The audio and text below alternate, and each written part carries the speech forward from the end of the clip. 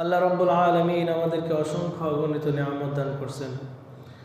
তার অনেক নিদর্শন আছে পৃথিবীর বুকে। তিনি কোরআনে কারিমে বলেন, ومن آياته أن خلق السماوات والأرض واختلاف ألسنتكم وألوانكم إن في ذلك لآيات للعالمين। আল্লাহ রাব্বুল আলামিনের অসংখ্য অগণিত নিয়ামত তিনি দান করেছেন বান্দার জন্য। আসমান জমিন এগুলো আল্লাহ তাআলার নিয়ামত। এগুলো প্রত্যক্ষ কিছু কিছু এবং কিছু কিছু পরোক্ষভাবে আমাদেরকে উপকার করে যাচ্ছে। আমরা হয়তো অনুধাবন করতে পারতেছি না।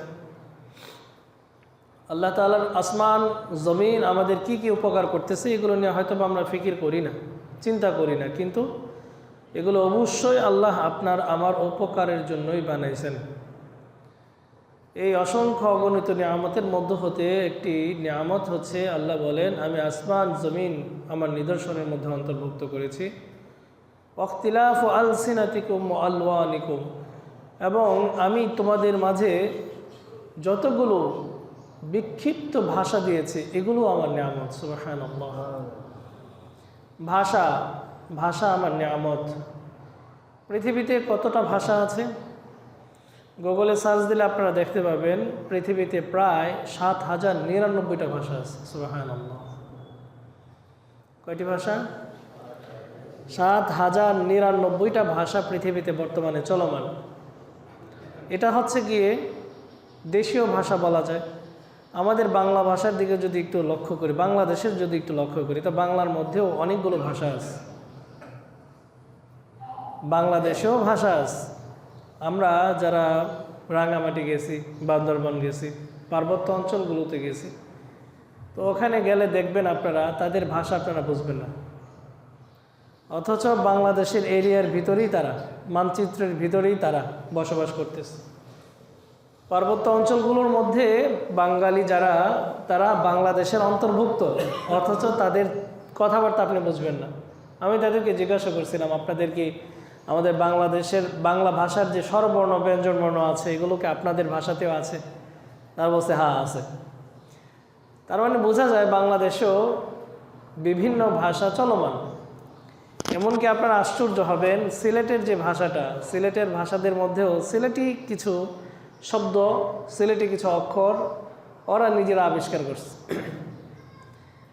আমাদের ক খ গ ঘ যেমন, তাদের মধ্যে আলাদা আরেকটা স্বরবর্ণ ব্যঞ্জনবর্ণ আছে।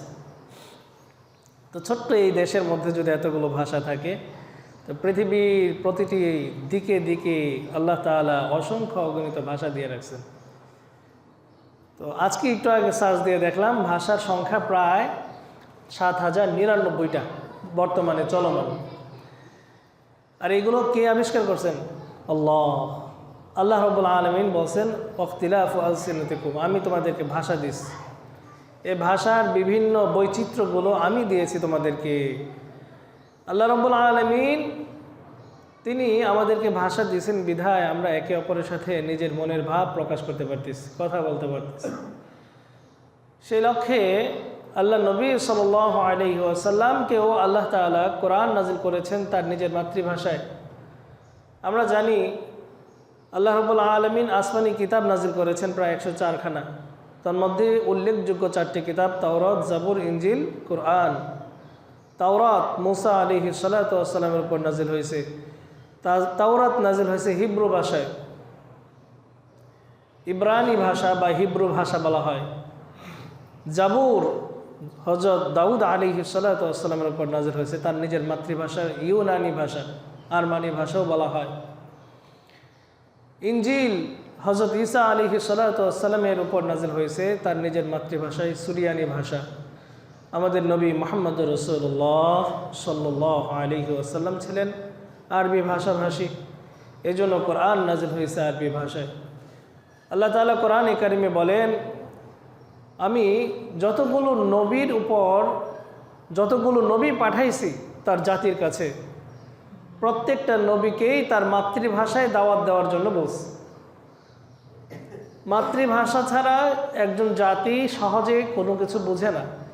এখন আপনাদের সামনে যদি আমি উর্দুতে লেকচার দিই বা ইংরেজিতে কথা বলি, তো কিঞ্চিত মানুষ বুঝবে, অধিকাংশই বুঝবে না। এটাই হচ্ছে ভাষার নিয়ামত। কোরআনে কারিমে আল্লাহ বলেন, আর রহমান আল্লামাল কুরআন খলাকাল ইনসানা আল্লামাহুল বায়ান। আল্লাহ তাআলা কোরআনে বলেন, আর রহমান আল্লামাল কুরআন, তিনি কোরআন শিক্ষা দিয়েছেন। খলাকাল ইনসান, মানুষকে তিনি সৃষ্টি করছেন। আল্লামাহুল বায়ান, তিনি বয়ান শিক্ষা দিয়েছেন, ভাষা শিক্ষা দিয়েছেন মানুষকে, যেন মানুষ তার মনের ভাব প্রকাশ করে কথা বলতে পারে। বাক স্বাধীনতা দিয়েছে। ওই বাক স্বাধীনতার লক্ষ্যে বাঙালিরা অনেক আগ থেকে বাংলা ভাষায় কথা বলে আসছে। বাংলাদেশের ওপর যখন নাকি 1952 সালে পাকিস্তান কর্তৃক নির্ধারণ করে দিছে যে বাংলা ভাষায় কথা বলা যাবে না, বাংলা ভাষায় কোনো কিছু শেখা যাবে না, প্রতিটি মসজিদে মসজিদে উর্দুতে কথা বলতে হবে, উর্দুতে বয়ান দিতে হবে, তখন বাংলাদেশের কিছু দামাল ছেলেরা, রফিক, জব্বার, সত্তার, তারা বাংলার এই জমিনে বাংলা ভাষাকে টিকিয়ে রাখার স্বার্থে আন্দোলন করছিল। পৃথিবীর ইতিহাসে ভাষাকে রক্ষার জন্য কখনো কোনো আন্দোলন হয় নাই।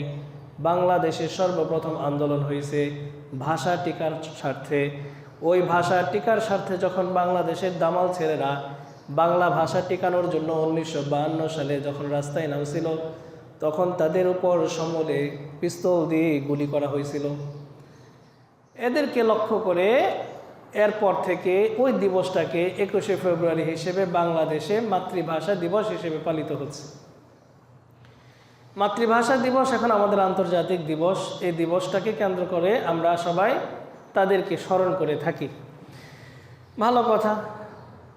ভাষা অবশ্যই প্রয়োজনীয় দিক। মহান রব্বুল আলামিন কোরআনে কারিমে অসংখ্য অগণিত আয়াতে ভাষার ব্যাপারে বলছেন, এটা আল্লাহর নিয়ামত। ভাষা ছাড়া আমরা চলতেও পারছি না। কিন্তু তাদেরকে লক্ষ্য করে বর্তমানে যে কাজগুলো করা হচ্ছে, দিবসটাকে কেন্দ্র করে যত অনইসলামিক কাজগুলো করা হচ্ছে, এটা ইসলাম কতটুকু সায় দেয়? প্রথমত কথা হচ্ছে, যে জাতির মাঝে শিক্ষা রয়েছে, শিক্ষক রয়েছে, ওই জাতি উন্নত জাতি। শিক্ষাকে কেন্দ্র করে একটা সমাজ আদর্শবান হয়, একটা সমাজ আদর্শ সমাজ বলে ঘোষিত হয়। যে সমাজে শিক্ষক বেশি, শিক্ষা বেশি, ওই সমাজ দ্রুত এগিয়ে যায়। এটাই বাস্তবতা। এই জন্যই আল্লাহ রাব্বুল আলামিন শিক্ষাকে খুব অগ্রসর করছেন।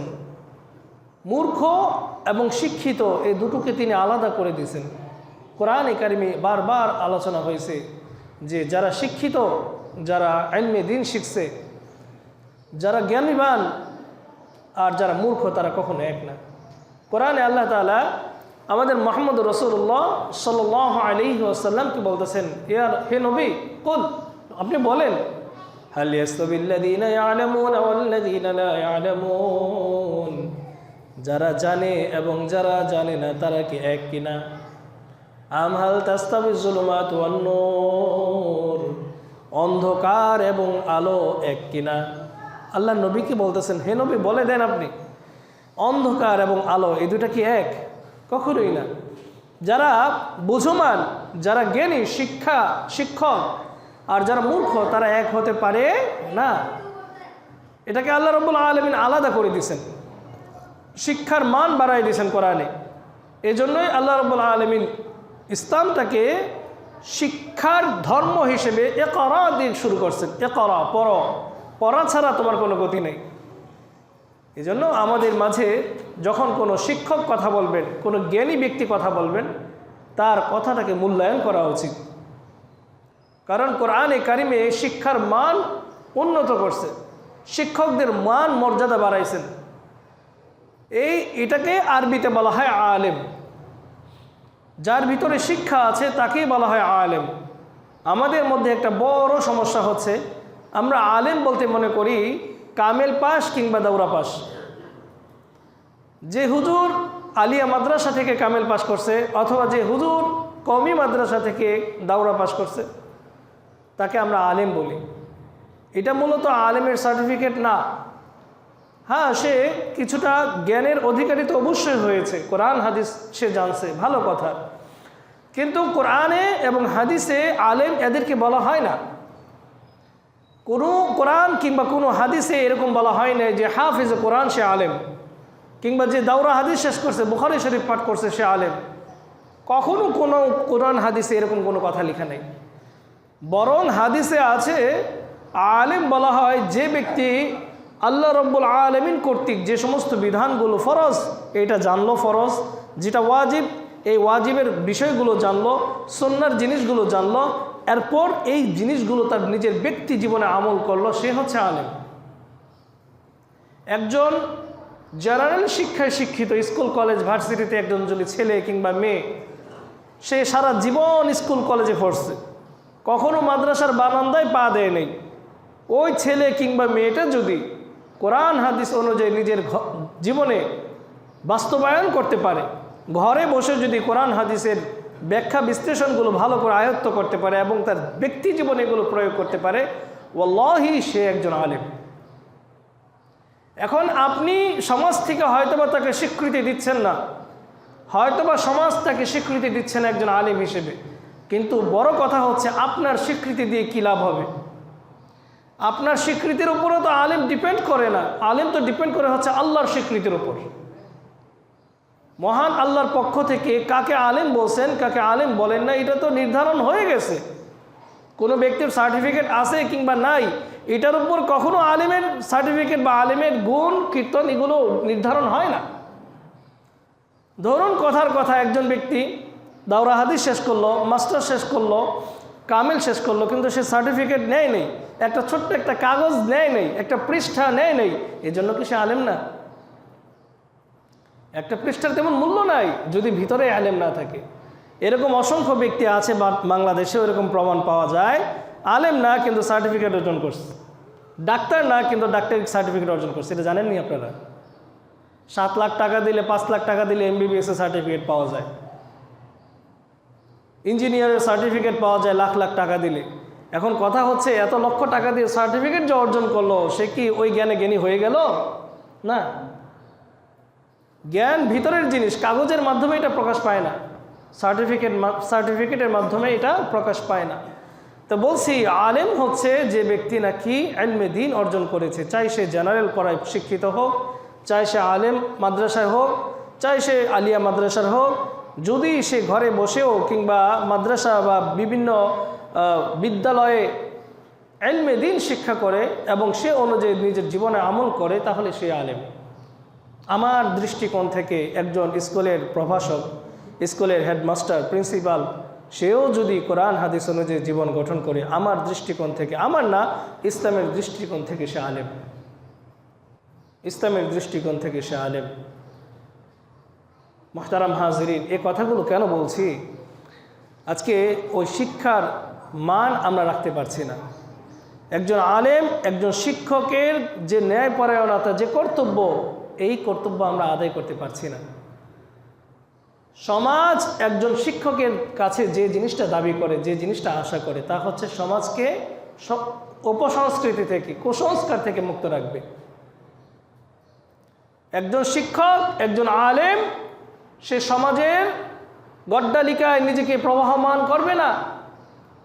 একজন আলেম, একজন শিক্ষক অন্য 10 জনের মতো চলাফেরা করবে না, এটাই স্বাভাবিক। বাকি 10টা লোক যেভাবে চলাফেরা করে, একজন শিক্ষক ওভাবে চলাফেরা করতে পারে না। যদি এরকমই হয়, তাহলে শিক্ষার মান তো আর সে রাখলো না। সমাজ যেই স্রোতে চলমান, যেই কুসংস্কারের পথে চলমান, যে অপসংস্কৃতির পথে চলমান, একজন শিক্ষক ওই পথে চলতে পারে না। একজন শিক্ষক তখন সে মানে স্রোতের বিপরীতে দাঁড়িয়ে বলবে যে তোমরা যে স্রোতের দিকে চলছো, এই স্রোত তো ঠিক নাই, এটা ভুল পথ, এ পথে চলবা না। এটাই হচ্ছে একজন শিক্ষকের কর্তব্য। এই কথাগুলো এজন্য বলছি, আজকে আমরা শিক্ষার চেয়ে, শিক্ষার মর্যাদার চেয়ে আমাদের চাকরির মর্যাদা দিতে বেশি পছন্দ করি। কিভাবে চাকরি টিকানো যায়, আর সে চাকরিটা যদি হয় সরকারি চাকরি, তাহলে তো কথাই নেই। একজন অনেক আলেম এরকম আছে, সমাজে সুদ ঘুষের প্রচলন বেড়ে গেছে, সমাজে নীতি নৈতিকতার বিসর্জন হয়েছে, কিন্তু আলেম এই বিষয়ে কথা বলে না, কারণ কথা বলতে গেলেই চাকরি চলে যেতে পারে। একজন ছোটোখাটো আলেম বেসরকারি চাকরির জন্য এই ভয়টা পায়। এরকম অসংখ্য শিক্ষক শিক্ষার্থী, এরকম অসংখ্য ম্যাডাম আছেন, স্যার আছেন, যারা নাকি সরকারি চাকরি করে শুধুমাত্র সরকারি এই চাকরিটা হারানোর ভয়ে হক কথা না মুখ দিয়ে বের করে না। যারা নাকি এভাবে চাকরির ভয়ে হক কথা থেকে সমাজকে দূরে রাখে, বরং সমাজকে তার আগের স্রোতেই চলমান রাখে, ওয়াল্লাহি ওরা শিক্ষিত জাতি না, ওরা শিক্ষক জাতি নামে কলঙ্ক। সেও 10টা মানুষের মতো চলাফেরা করতেছে, যে ব্যক্তির দ্বারা সমাজ অন্তত ভালো পথের দিশা না পায়। এবার আসি মূল কথায়। কোরআনে কারিমে আল্লাহ রাব্বুল আলামিন এবং হাদিসে রাসূল আল্লাহ নবী সাল্লাল্লাহু আলাইহি সাল্লাম আমাদেরকে শিখাইছেন মৃত ব্যক্তিকে কিভাবে উপকার পৌঁছানো যায়, একজন মৃত ব্যক্তির কবরে কিভাবে উপকার সাধন করা যায়। আল্লাহ এবং তার রাসূল আমাদেরকে শিখাই গেছেন। আপনার বাবা, আমার বাবা, আমাদের মা, আমাদের বাপ দাদা কিংবা 14 গোষ্ঠীর মধ্যে অনেক মানুষ মারা গেছেন, তাদের কবরে কিভাবে আমরা সওয়াব পৌঁছাবো, এগুলো মাশাআল্লাহ আপনারা ভালো বুঝেন, এগুলো শুনে আসছেন অদ্যবধি। তাদের জন্য দোয়া করা, কোরআন তেলাওয়াত করা, হজ করা, তাদের নামে কোনো দান সদকা করা, এগুলো তাদের কবরে পৌঁছায়। কখনো কোনো কবরের মাঝে ফুল দিলে কিংবা কবরের সামনে 1 মিনিট নীরবতা পালন করলে কিংবা মোমবাতি জ্বালিয়ে রাখলে কিংবা কবরের সামনে কোনো সেনাবাহিনী কর্তৃক উপরে গুলি ছড়লে কিংবা এরকম কুচকাওয়াজের মাধ্যমে কোনো মৃত ব্যক্তির সামনে এরকম কিছু করলে ওয়াল্লাহি ইসলামের সংস্কৃতি মতে এতে তার বিন্দু পরিমাণ উপকার হাসিল হবে না। এটা আপনারা ভালো বুঝেন, আপনারা ভালো বুঝেন মাশাআল্লাহ। তা সত্ত্বেও আমাদের বর্তমান দেশে এরকম অসংখ্য অগণিত শিক্ষক রয়েছেন, 21শে ফেব্রুয়ারি আসলেই শহীদ মিনারে ফুল দেওয়ার জন্য ছেলে মেয়েদেরকে উদ্বুদ্ধ করে এবং বলে খালি পায়ে আসবা, শহীদ মিনারে এসে তারপরে ফুল দিবা। এই যে একটা অপসংস্কৃতি, এই যে একটা কুসংস্কার, নিঃসন্দেহে প্রত্যেকটা শিক্ষক ভালো করেই জানে এটা একটা অপসংস্কৃতি, এটা একটা কুসংস্কার, এর সাথে ইসলামের ন্যূনতম কোনো সম্পর্ক নেই। জানে, আমিও ভালো করে জানি, তারাও জানে। নচেত এটা তো বুদ্ধিতেও ধরে, বিবেকেও ধরে যে শহীদ মিনারে বসে গতকালকে যে ছেলেটা বিড়ি খাইছিল জুতা পরে, যে ছেলেটা বিড়ি খাইছিল সেই বেদিতে, সেই শহীদ মিনারে আজকে আমি খালি পায়ে কেন যাব? একদিনের কারণে কি শহীদ মিনারটা কি পবিত্র হয়ে গেল? শহীদ মিনারের নিচে কোনো সালাম, রফিক, জব্বার তথা মাতৃভাষায় যারা নাকি জীবন দিয়েছিল তাদের একজনের কবরও কি শহীদ মিনারের নিচে আছে? থাকলেও একটা মানতাম যে কবর আছে, এখানে একটু ফুল দিচ্ছে। যদিও কবরে ফুল দেওয়া জায়েজ নাই, এটা খ্রিস্টানদের রীতিনীতি। আদৌ আল্লাহ নবী সাল্লাল্লাহু আলাইহি ওয়াসাল্লামের কবরে কেউ একটা ফোঁটা ফুল নিয়ে গেছিল? আল্লাহর কসম করে বলছি, যদি ফুল দ্বারা সম্মান দেওয়ার একটা সুযোগ থাকতো, যদি কবরে ফুল দিলে ওই কবরওয়ালার প্রতি সম্মান প্রদর্শনের একটা সুযোগ থাকতো, আল্লাহর কসম পৃথিবীর সমস্ত ফুলগুলো আল্লাহ নবী সাল্লাল্লাহু আলাইহি ওয়াসাল্লামের রওজা মোবারকে থাকতো। কিন্তু আদৌ পর্যন্ত একটা ফুলের গুচ্ছ, ফুলের তোড়া, একটা ফুলের পাপড়ি পর্যন্ত আল্লাহ নবী সাল্লাল্লাহু আলাইহি ওয়াসাল্লামের রওজা মোবারকের ধারে কাছে নেই। কোনো সাহাবীদের কবরের কাছে নাই, তাবিঈদের কবরের কাছে নাই, তাবিঈদের কবরের কাছে নেই। এক কথায় ইসলাম আমাদেরকে এটা শিখাই নাই। যদি এরকমও হতো, আমাদের এই কানানগরের কি বলে গোরস্থানে মাঝে মাঝে আমরা ফুল নিয়ে যাইতাম। গেছি কখনো বাপের কবরে? যাই নাই, কারণ আমরা ভালো করে জানি এটা ইসলামী সংস্কৃতি না। তো যে ম্যাডাম, যে শিক্ষক আমার ছেলেগুলোকে পড়াচ্ছে স্কুল, প্রাইমারি স্কুলে, কলেজে, ভার্সিটিতে, যে শিক্ষক, যে শিক্ষার্থীরা, যে ম্যাডামরা আমার ছেলেটাকে, আমার মেয়েটাকে পড়াচ্ছে, তারা কি মুসলমানের সন্তান না? তো তারা কোন বুঝে আমার ছেলেটাকে, আমার মেয়েটাকে বলছে আগামীকালকে তোমরা সকালবেলা খালি পায়ে এসে ফুলের তোড়া এই শহীদ মিনারে দিয়ে যাবা? এটা কোন বুদ্ধি বলে তারা বলছে? কোন বুদ্ধি বলে? এটাকে কি বুদ্ধি প্রতিবন্ধী বলে না? আল্লাহ তুমি তাদেরকে বুঝার তৌফিক দাও। বুঝে তারা, কিন্তু কেন করে না? চাকরি চলে যাবে, এটার বিরুদ্ধে কিছু বললে চাকরি চলে যাবে। অথচ এই মাস্টার্স পাস ছেলেটা মেয়েটা যখন নাকি কালী পূজা দুর্গা পূজার সময় বাড়িতে গিয়ে যখন দেখে মূর্তির সামনে হিন্দুরা খাবার পরিদর্শন করছে, হিন্দুরা মূর্তির সামনে বিভিন্ন ফুলের তোড়া দিচ্ছে, তখন এই মাস্টার্স পাস ছেলেটা মেয়েটা বলতেছে, হায় তোদের আফসোস যে মূর্তির সামনে তোরা ফুলের তোড়া দিচ্ছিস, এই মূর্তি তো এই ফুলের তোড়ার দ্বারা বিনিময়ে কিছু তোকে দিচ্ছে না, খাবারের বিনিময়ে তোদেরকে কোনো খাবার দিচ্ছে না, কোন বুঝে তুই মূর্তির সামনে এরকম ফুলের তোড়া দিচ্ছিস, খাবারের এরকম খাবার প্রদর্শন করছিস। এই মাস্টার্স পাস ছেলেটাই যখন নাকি একটা স্কুলের, একটা প্রাইমারি স্কুলের, একটা কলেজের শিক্ষক হয়, একটা ম্যাডাম হয়, তারাই আবার কোন বুঝে, লজ্জা হওয়া দরকার, কোন বুঝে 21শে ফেব্রুয়ারিতে বেদির সামনে ফুলের তোড়া নিয়ে ছাত্রছাত্রীদেরকে বলে তোমরা আইসো কালকে। লজ্জা থাকা দরকার না? লজ্জা থাকা দরকার তো। আরে একটা হিন্দু তো একটা মানুষের রূপ আকার ধারণ করা মূর্তির সামনে ফুল দিচ্ছে, তারা একটা আবেগ নিয়ে কাজ করতেছে যে না একটা মানুষের মতো দেখা যায়, একটা মূর্তি, দুর্গা, মা দুর্গা হোক আর যেই হোক, দেখতে মানুষের মতো দেখা যায়। তুমি মুসলমান হয়ে 3টা 5টা পিলারের সামনে যে ফুল দিচ্ছ, তোমার বিবেকে ধরে না এই মূর্তি, এটা তো কোনো মূর্তিই না, একটা খাম্বা মাত্র, এর সামনে ফুল দিলে কি হবে? সালাম রফিক জব্বারের কবরে। বিবেক কি কুকুরে খেয়ে ফেলছে? তোমার দ্বারা এই সমাজ কিভাবে উন্নত হবে আমাকে বুঝাও। তুমি তো অপসংস্কৃতির বিরুদ্ধে লড়লা না, তোমার চাকরির ভয়ে তুমি তোমার শিক্ষার মানটাকে টিকিয়ে রাখলা, তোমার চাকরিটাকে অব্যাহত রাখার জন্য, বহাল রাখার জন্য তুমি ছাত্রছাত্রীদেরকে ঠিকই অপসংস্কৃতির দিকে অগ্রসর করলা, কুসংস্কারের দিকে ধাবিত করলা। বলো দেখি ও আমার ভাইয়েরা, ও আমার শিক্ষকরা, ও আমার ম্যাডামেরা, আপনার কাছ থেকে আমার ছেলে মেয়েরা কি শিখবে? হ্যাঁ, আপনার কাছ থেকে আমার ছেলে মেয়েরা কি শিখবে? আপনি আপনার চাকরির ভয়ে বাচ্চাদেরকে এগুলো শেখাচ্ছেন। আল্লাহ তুমি আমাদের মা বোনদেরকে তৌফিক দাও, বোঝার তৌফিক দাও, আমিন। কষ্ট পাচ্ছেন আপনারা? আমার কষ্ট পায়েন না, হক কথা একটু কষ্টই লাগে, কষ্ট পায়েন না। আমাদের সবার আগে ধর্ম, সবার আগে ইসলাম।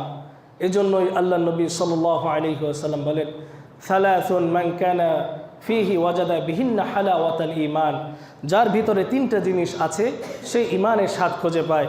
এক হচ্ছে মান কানা আল্লাহু ওয়া রাসূলুহু আহাব্বা ইলাইহি মিম্মা সিওয়াহুমা, যার কাছে আল্লাহ এবং তার রাসূল সবচেয়ে বেশি প্রিয় হয়, সবচেয়ে বেশি প্রিয় হয়। কোনো চাকরি না, কোনো বাবা মা না, কোনো কিছু না, কোনো কিছু না, সবচেয়ে বেশি প্রিয় হচ্ছে আমার আল্লাহ এবং তার রাসূল। যার কাছে আল্লাহ এবং তার রাসূল প্রিয় হয়, তার কাছে ঈমানের স্বাদ সে খুঁজে পায়। একবার এক সাহাবী এসে বলতেছেন, ইয়া রাসূলুল্লাহ সাল্লাল্লাহু আলাইহি সাল্লাম, মাতা সাআহ, কিয়ামত কবে হবে ইয়া রাসূলুল্লাহ? আল্লাহ নবী বলেন, কিয়ামত দিয়ে তোমার কি আশা, এত আশা? তুমি কিয়ামতের জন্য কোনো প্রস্তুতি নিয়েছো? তিনি বলেন, হ্যাঁ ইয়া রাসূলুল্লাহ, আমি আল্লাহ এবং তার রাসূলকে নিজের জন্য রেখে দিয়েছি। সুবহানাল্লাহ। আল্লাহ নবী তখন বলছেন, যদি কোনো ব্যক্তি যাকে ভালোবাসে, আল্লাহ রাব্বুল আলামিন কাল কিয়ামতের ময়দানে ওই ভালোবাসার মানুষটার সাথে তার কিয়ামত করাবেন।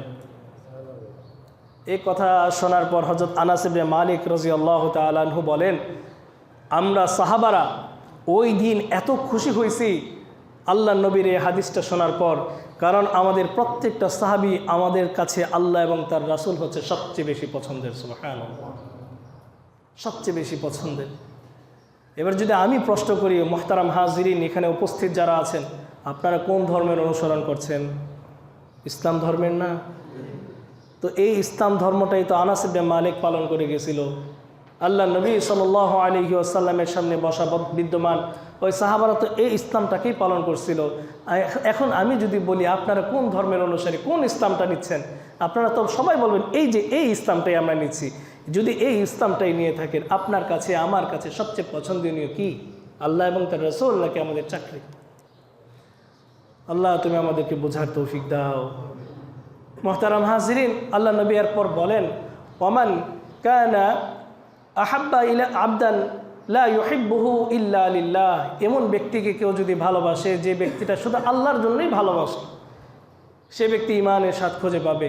3 নম্বর তিনি বলেন, আল্লাহ নবী বলেন, ওয়া মান ইয়াকরাহু আন ইয়াউদা ইলাল কুফরি বা'দা আন আনকাদাহু আল্লাহু মিন কামা ইয়াকরাহু আন ইউলকিয়া ফিন নার, ওই ব্যক্তি ইমানের স্বাদ খুঁজে পায়। তৃতীয় ওই শ্রেণী, যে ব্যক্তিটার কাছে ইমান আসার পর কুফরিতে ফিরে যাওয়াটা এতটাই তার কাছে অপছন্দ, যতটা অপছন্দ আগুনের মধ্যে নিক্ষিপ্ত হওয়া। একজন ব্যক্তিকে যদি বলে আগুনে নিক্ষিপ্ত হও, তার কাছে এটা অপছন্দ লাগবে। এর চেয়ে বেশি অপছন্দ হওয়া উচিত যে একজন ব্যক্তি মুসলমান হওয়ার পর কুফরের দিকে ধাবিত হওয়া।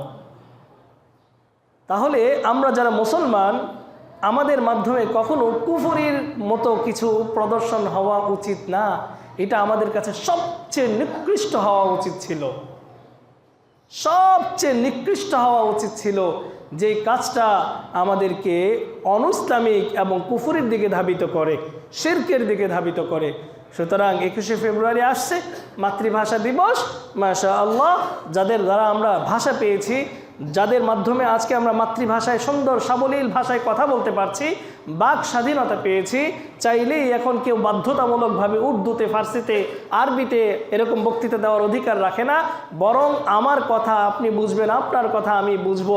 যাদের দ্বারা অতটুকু আলহামদুলিল্লাহ নিয়ামতটা পেয়েছি, তাদের প্রতি অবশ্যই কৃতজ্ঞ, তাদের জন্য দোয়া করব, তাদের রুহের মাগফিরাতের জন্য কিছু সদকা করব। এটাই তো ইসলামের শিক্ষা। কিন্তু তাদেরকে কেন্দ্র করে তাদের নামে একটা খাম্বার সামনে আমি ফুল দিলাম, আবার এই ফুলগুলোকে কিছুক্ষণ পর আবার সরায় ফেললো। আপনারা, আমার কথাগুলো হয়তো আপনাদের কাছে অবাক লাগছে। ওয়াল্লাহি, এই 21শে ফেব্রুয়ারির এই আজকের দিনে লক্ষ লক্ষ টাকার ফুল এভাবে বিক্রি হচ্ছে আর এভাবে অপচয় হচ্ছে। সকালবেলা দিছে, দুপুরবেলা সব ডাস্টবিনে। জানেন এগুলো আপনারা?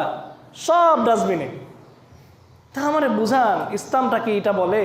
অথচ যারা নাকি ফুলের তোড়া নিয়ে 21শে ফেব্রুয়ারি সামনে গেছে, অধিকাংশ মুসলমানের বাচ্চা। তো তোমার এই ফুলের দ্বারা যদি রফিক, জব্বার, সালাম, বরকত যদি একটু বিন্দু পরিমাণ উপকৃত হয়, আমাকে বলো যে কিভাবে তারা উপকৃত হয়েছে। আমি আগামী জুমায় এই মিম্বরে বসে আমি নিজের ভুল বলবো যে আমার ভুল হয়ে গেছে, আসলে তারা কিছু উপকৃত হয়। মহতারা, আমি ভাওতাবাজি বন্ধ করা চাই। তোমার বাবার কবরে তো তুমি ফুল নিয়ে যাও না আজ পর্যন্ত। ভাওতাবাজি বন্ধ করো। তোমার বাবার কবরে আজ পর্যন্ত তুমি ফুল নিয়ে যাও না। তুমি রফিক, সালাম, জব্বার, বরকত ওদের কবরে যাও ফুল দিতে। কত বেলা আছে যে শেখ মুজিবরের মৃত্যুবার্ষিকীতে শেখ মুজিবরের কবরে যায় ফুলের তোড়া দেয়, অথচ খবর নিয়ে দেখেন হ্যাঁ বাপের কবরে হ্যাঁ ফুল নিয়ে যায় না আজ পর্যন্ত। মিথ্যা কথা বলতেছে নাকি? আর বাপের কবরে যায় না ফুল নিয়ে। তার মানে এই ভাওতাবাজিটা বোঝা উচিত যে এই ফুলের দ্বারা কোনো উপকৃত হয় না। যদি উপকৃত হতো তো অবশ্যই সে তার বাপের কবর আগে দিত, সে তার বাপের কবরে দেয় না। এই ভাওতাবাজি বন্ধ করা উচিত। এগুলো সব লোক দেখানো, সব একটু পদের দিকে একটু ধাবিত হওয়ার জন্য এই কাজকাম করতেছে। ভালো করেই বুঝি, একটু নিজের পথটাকে টিকিয়ে রাখার স্বার্থে এগুলো করতেছে, ভালো করেই বুঝি এগুলো। কিন্তু দিন শেষে আমি মুসলমান, চোখ বন্ধ করলে আমার কবরে কোনো বাপের বেটা যাবে না, কোনো নেতা গিয়ে সুপারিশ করবে না যে এটা আমার দলের লোক। মুনকার নাকির কেউ বলবে যে এটা আমার দলের লোক, আরে প্রশ্ন করো না, বলবে? বুঝো ভাই, তোমার কবরে তুমি একা যাবা, কোনো নেতা তোমার নামে সুপারিশ করবে না আল্লাহর কাছে। আরে স্বয়ং আল্লাহ নবী সাল্লাল্লাহু আলাইহি ওয়াসাল্লাম হযরত ফাতেমা রাদিয়াল্লাহু তাআলা আনহাকে বলছেন, ও মা ফাতেমা, তুমি তোমার কবরে একা যাবা, তোমার কবরে রাখার পর তুমি এই কথা বলার অধিকার রাখো না, আমার বাবা হযরত মুহাম্মদুর রাসূলুল্লাহ সাল্লাল্লাহু আলাইহি ওয়াসাল্লাম, আমার সন্তান হচ্ছে হাসান হুসাইন সাইয়্যিদিনা শাবাবি আহলিল জান্নাহ, জান্নাতের সর্দার আমার দুই ছেলে, আমার স্বামী হচ্ছেন আলী। এই কথার বিন্দু পরিমাণ ভিলু নাই হে ফাতেমা। সুতরাং তুমি তোমার আমল নিয়ে কবরে যাও। সুবহানাল্লাহ। কাকে বলছেন কথাটা? ফাতেমাকে। আর ফাতেমাকে ফাতিমা তো সাইয়্যিদাতু নিসাই আহলিল জান্নাহ, আর ফাতেমা হচ্ছে জান্নাতি মহিলাদের সর্দার। সুবহানাল্লাহ। ওই ফাতেমাকে কে বলছেন? আল্লাহ নবী বলতেছেন, তুমি আমার কথায় রেহাই পাবা না কবরের মধ্যে। সেখানে আমি কোন কথা বলে কি করতেছি না করতেছি, আল্লাহ তুমি আমাদেরকে বোঝার আমল করার তৌফিক দাও। সকলে বলে আমিন।